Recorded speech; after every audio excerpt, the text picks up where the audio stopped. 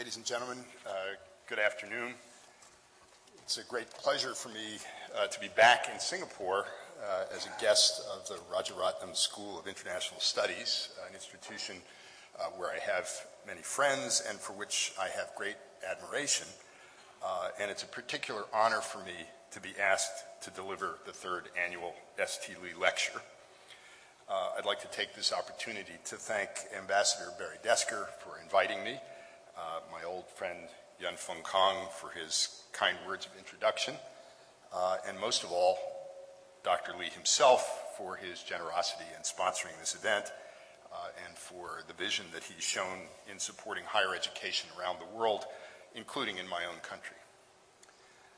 I've been asked to discuss some of the main themes of my book, A Contest for Supremacy, China, America, and the Struggle for Mastery in Asia. And it is perhaps especially fitting that I should do this here in Singapore because, in fact, the book's title is taken from a 2009 interview with Lee Kuan Yew, in which he advised Americans that, quote, "The 21st century will be a contest for supremacy in the Pacific. If you do not hold your ground in the Pacific, you cannot be a world leader." And I believe that in this, as in many other matters, the former minister mentor is correct. If I had to sum up the message of the book in a few sentences, I would do so in the following way. The United States and China are today, in fact, engaged in an intense geopolitical rivalry.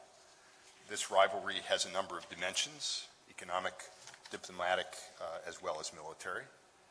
It's been going on for some time. Indeed, I would say it has been underway since the end of the Cold War. And it's likely to grow more intense and probably more dangerous in the years immediately ahead.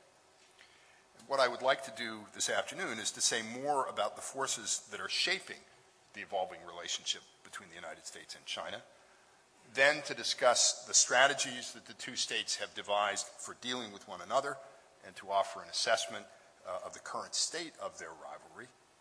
And I'd like to close by offering some thoughts on the events that have occurred since the book was finished at the end of 2010 and what these events may portend for the future.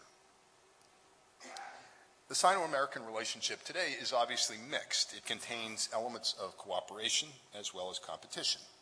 I think most observers would agree with this statement, although they might differ in their assessments of the relative proportions of cooperation and competition. This mixed relationship is the product of an array of contending forces, some of them tending to promote